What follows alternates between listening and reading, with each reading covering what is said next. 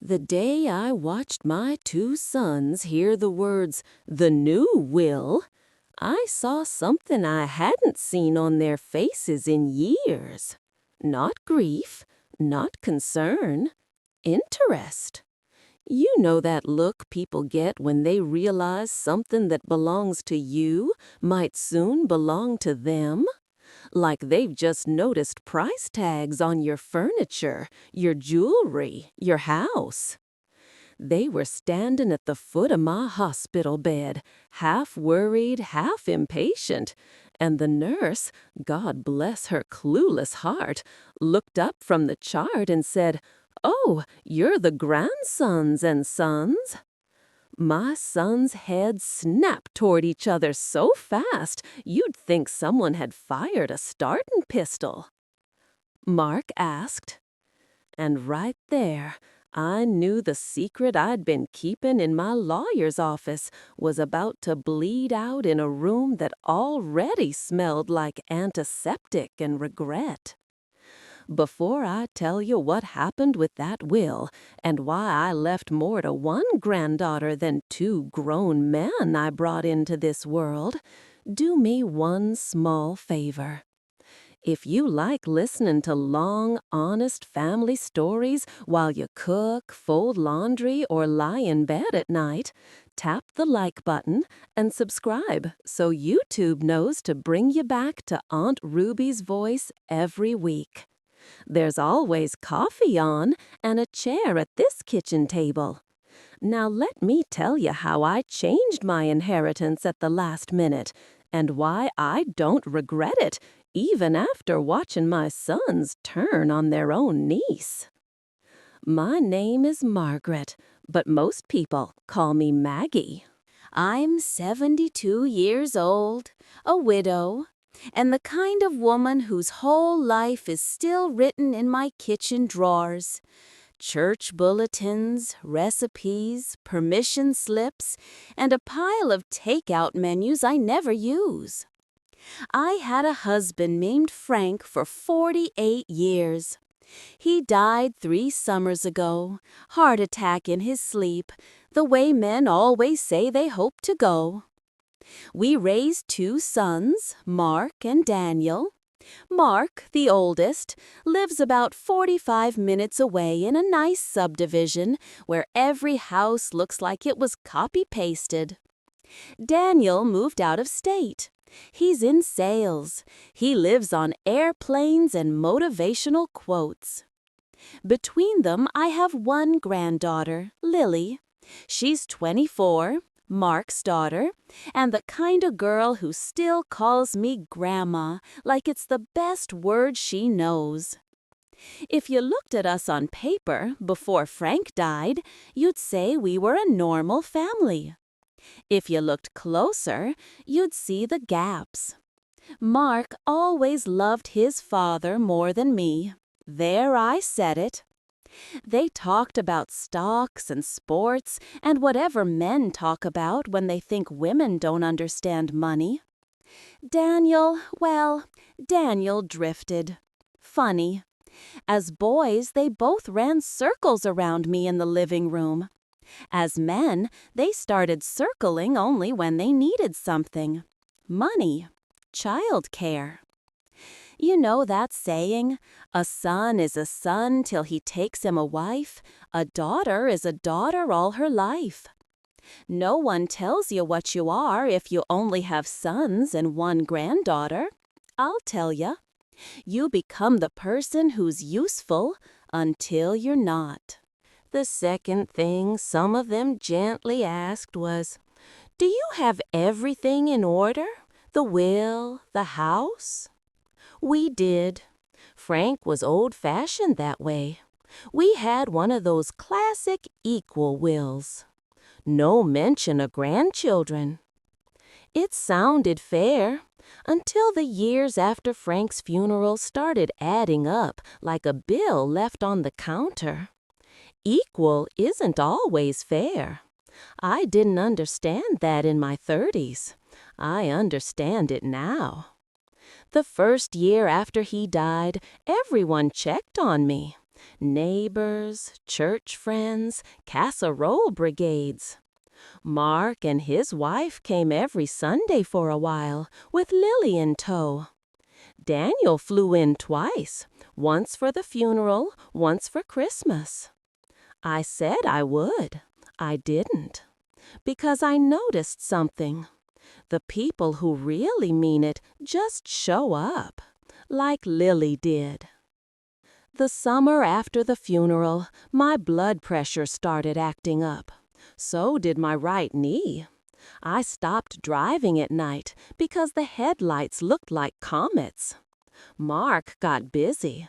Work, the kids' activities, the mythical crazy quarter his job always seemed to be having. His calls got shorter. Daniel, well, I started seeing more of him on social media than in my living room.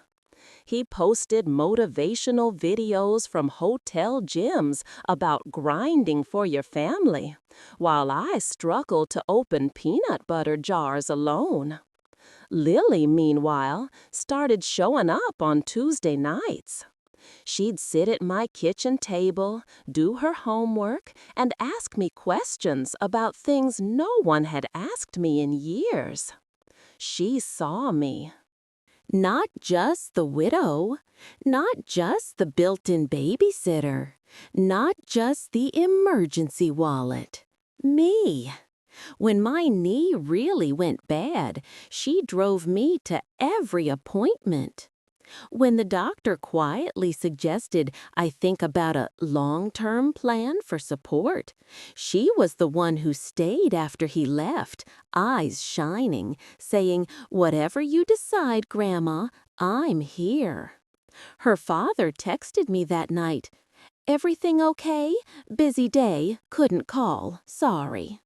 I stared at that message for a long time. Then I opened the drawer where our old will was and looked at the names on it. Lily's name was nowhere. It felt wrong. I didn't change my will out of anger. I need you to hear that. This isn't a revenge story.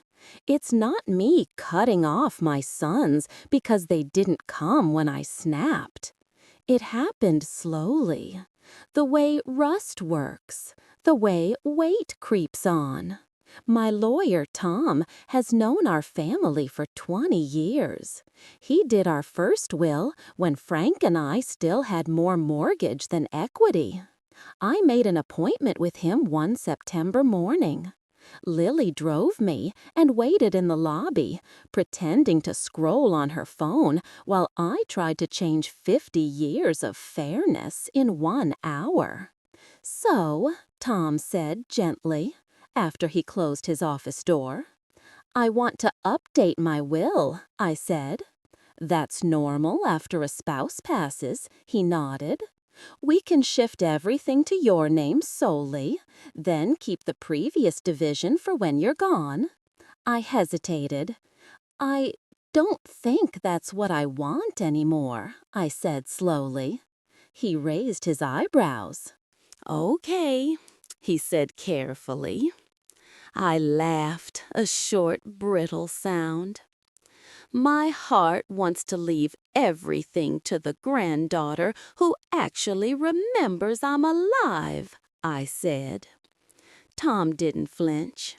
"You can," he said simply. I stared at him. "It's your estate," he said. "Within certain legal limits, you can leave it to your descendants, to a neighbor, to a cat." I shook my head. "I don't want to disown my sons," I said. "I don't want to start a war from beyond the grave." He nodded.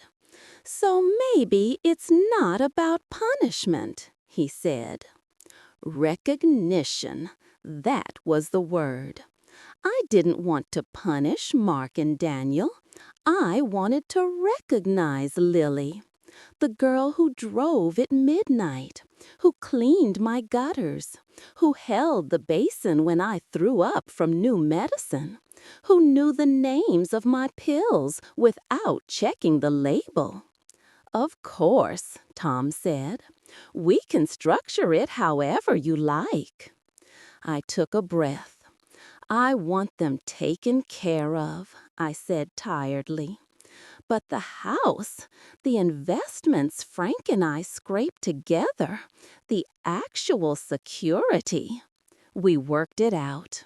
When I left, my will looked like this. A modest sum to each son, enough that no one could say I left them nothing. The rest, the house, the savings, the little life insurance policy, to Lily. Tom looked at me over his glasses. They already have strong feelings, I said. He asked if I wanted to tell them. Maybe later, I said. Because as much as I wanted to be brave, I also didn't want to sit at my own kitchen table and watch my sons tally up my net worth like a scoreboard. I figured I'd find the right moment. Before Christmas, before a surgery, before something. Here's the problem with waiting for the right moment. Sometimes your body creates its own. My heart attack hit on a Thursday morning while I was watering a plant that barely needed it. 1 minute I was humming along to the radio. The next minute, my arm felt like someone had poured hot concrete into it. Lily found me when I didn't answer her good morning text. She has a key, because of course she does. She called 911, rode in the ambulance, and stayed beside me while they stuck needles in my hands and wires on my chest. She texted her father from the ER. Dad, Grandma's had a heart attack. Mark and Daniel showed up later. Mark still in his work slacks, tie askew. Daniel fresh off a plane, smelling like airport and cologne. They looked worried. I don't doubt that. They love me. Just from a distance. The kind of love that's always assuming someone else is doing the daily work. A day into my stay, a nurse came in to check my IV. Lily had gone home to shower. The nurse smiled at them. She asked. "Yes," Mark said. "Well, it's good your mom's got things in order," she said cheerfully. "I saw in the chart the lawyer already dropped off paperwork about the new will." Silence. I could hear the heart monitor beeping a little faster, Daniel repeated slowly. The nurse froze. "Oh," she said, color draining from her face. I just mean, we like to know if patients have updated documents. I'm sorry, I didn't mean to." She fled. My sons turned to me in unison. Mark said, my mouth felt dry. "This is not the place," I murmured, trying to shift up in bed. "Seems like exactly the place," Daniel snapped. Mark's face was tight. "What?" he demanded. I watched it hit them in waves. First, confusion. Then, suspicion. And finally, their eyes landed on the empty chair next to my bed. Lily's chair. It didn't take them long to put it together. Not the legal details, those they would scream about later, but the story they wanted to tell themselves. Manipulated, taken advantage of, brainwashed. Daniel asked, a sharpness in his voice I'd never heard, even when he was a teenager and I caught him sneaking out. "No," I said. Mark pressed. "Yes," I said. He threw his hands up. "There it is," he said bitterly. "She's been working on you. You're vulnerable. She gets access. She did not work on me, I said, heat rising in my chest that had nothing to do with blocked arteries. Daniel laughed, humorless. Come on, Mom, he said. She's over here all the time. She takes you to appointments. She sees your bills. No, I snapped. We went back and forth like that until my nurse poked her head in again, eyes wide. Her heart rate is spiking, she said firmly. She wasn't wrong. I felt like my chest might explode again, this time from a different kind of blockage, one made of years of resentment finally breaking loose. I closed my eyes. I will talk to you, I said weakly. At home, when I'm not hooked up to machines. Go now. They left reluctantly, looks of betrayal like storm clouds behind their eyes. When Lily came back, my pillow was damp. She whispered. No, I said, and yes. I took her hand. They know, I said. She went very still. Oh, she breathed. She flinched like I'd slapped her. I would never. I know, I cut in. I know that. When I was discharged, they wheeled me out to Lily's car. She fussed with my seat belt, tucking my blanket around my lap like a parent with a toddler. At my house, Mark and Daniel were already waiting. 2 cars in the driveway, 2 sets of shoulders squared for battle. It was almost funny in a bitter way. If I'd known updating my will would get them both to come over at once, maybe I'd have done it sooner. We settled in the living room. I took the big chair, my throne of thinning cushions. They sat on the couch. Lily hovered in the doorway. Mark glanced at her. This should be a private family conversation, he said pointedly. She is family, I said. He scoffed. Daniel leaned forward. Mom, he began, we're not going to pretend we're not hurt. We've been operating under the understanding that your estate would be split equally. Now we find out there's some new will no one told us about, and that, he jerked his chin toward Lily, she drove you to the lawyer. I took a breath. Then explain it to us, Mark said. Lily's face crumpled. I never, she started. I held up a hand. Don't, I said to her gently. I looked at my sons. Fine, you're going to get one. I started with the simplest truth. Your father and I wrote our will when you boys were still living at home, I said. At the time, splitting everything equally felt fair. You were our kids. They shifted, uncomfortable. I didn't change it because Frank died, I continued. Daniel frowned. We have families, he said defensively. Bills, jobs. It's not like we don't care. So is Lily, I said. She's got school, a job, a life. Mark opened his mouth. I meant to. I know, I cut in. You meant to call, meant to come, meant to fix the railing on the porch for 3 years.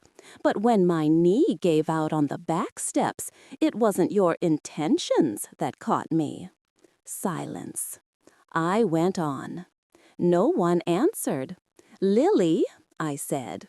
Lily, I repeated. I tapped my chest. Mark shifted. That's, he said. I almost laughed. This is about who did the actual caretaking when it got hard, who showed up. Daniel bristled. "That's not fair," he said. "I live out of state." "I know," I said, "and I don't expect you to have done what geography made impossible. But you know what you could do? Call." For more than 5 minutes from the car between meetings. Ask how I'm really doing, not just if I got the birthday card you mailed. I leaned forward. "And you, Mark? You live 45 minutes away. You managed to come every Sunday for a few months after your father died. Then the visits shrank to once a month, then once every few months." He swallowed. "A request," I said. "Co-sign the loan. Help with the kids' tuition. Watch the dog." "That's not true," he muttered. "It's mostly true," I said softly. Lily was crying quietly now. "I didn't ask for." "I know you didn't," I said. I looked back at my sons. "You're angry," I said, "because you feel entitled to something you haven't earned. You're not wrong that you expected it. We told you your whole life that you'd split things evenly. That was our mistake. We assumed a version of the future where everyone did their share." I took a breath. "This isn't me punishing you." Mark's face darkened. "What?" he snapped. "No," I said. "You're my sons, which means I love you." Daniel shook his head. "You could have talked to us," he said. I nodded. "Maybe," I said, "and maybe not. But here's the thing. Lily didn't start helping me because she thought she'd get more money. She helped me because she loves me, and she was raised to step in when something needs doing." They were quiet. I went on. "I didn't tell you about the new will," I admitted, "because I knew this is what would happen. Instead of looking at your own choices, you would look for someone to blame." I glanced at Lily. "I will not let you make her the villain in this story," I said. "She did not ask for more. I decided to give it. You have a problem with that, you bring it to me." We talked for a long time. There were raised voices, tears, mine, Lily's, and, to my surprise, some from the boys. They talked about feeling overshadowed by Lily's halo. I talked about feeling like a walking ATM. I shook my head. "I am valuing what she did," I said. "You've had my love for free since the day they put you in my arms. This isn't about value as sons." Mark stared at the floor. "Ah," he said. "You want me to change my will," I said, "so that the story it tells matches the fantasy you have of what kind of sons you were. But a will is just a letter to the future. This one tells the truth. You weren't here much. She was." Will they forgive me? I don't know yet. Things are strained. Mark still comes by, less often, and more rigid when he does. Daniel calls sometimes from airport lounges, his voice softer than it was that day in my living room. Lily still shows up on Tuesdays, pills and trash and gossip from her week. Sometimes I catch her looking guilty when she opens the fridge, like the food might turn to gold in her hands. I didn't want to cause all this, she whispered once. You didn't, I said firmly. If you've stayed with me this long, maybe you're in a similar place. Maybe you're an older parent looking at an old equal will and wondering if it still reflects who actually shows up. Maybe you're a child who does the late-night driving, the laundry, the pill organizing, while your siblings swoop in on holidays and talk about the estate with hungry eyes. I can't tell you what to do, but I can tell you what I learned sitting across from my sons, explaining why I changed mine. First, equal and fair are not synonyms. Equal is math. Fair is story. If one person carries 10 times the weight and you reward everyone the same, you are lying about what love looked like in that house. Second, if you're going to change your will, do it while you're still clear-minded. And if you can bear it, talk about it while you're alive. It will be ugly. It will be painful. But it is better than leaving your lawyer to read a bomb over your coffin. Third, if you are the child who's upset because you're getting less, ask yourself honestly, how often did I call just to talk? How often did I offer practical help? How often did I show up when there wasn't a holiday table set and waiting? If the answer is not much, then maybe the will isn't the betrayal. Maybe it's the mirror. Fourth, rewarding the person who cared for you is not the same as disowning the ones who didn't. I didn't cut my sons out of my heart. I adjusted my paperwork to match the life we actually lived. They still have my love. They just don't have all my house. Your last act as a parent does not have to be pretending everyone was something they were not. My inheritance now says, in black and white, what my heart already knew. Love isn't just a feeling you had once.